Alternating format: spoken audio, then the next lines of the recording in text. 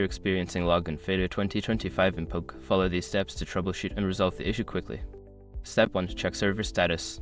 Visit the official PUBG server status page of social media channels to confirm if there are any ongoing server issues.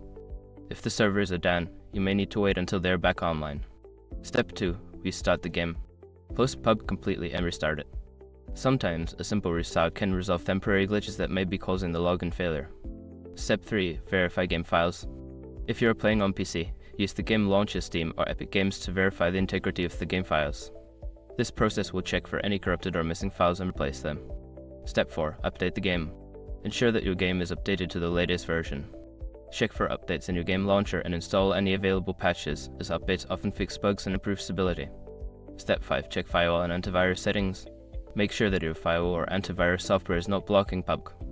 Add the game to the exceptions list or temporarily disable this software to see if it resolves the login issue. If you follow these steps and still encounter problems, consider reaching out to PUBG support for further assistance.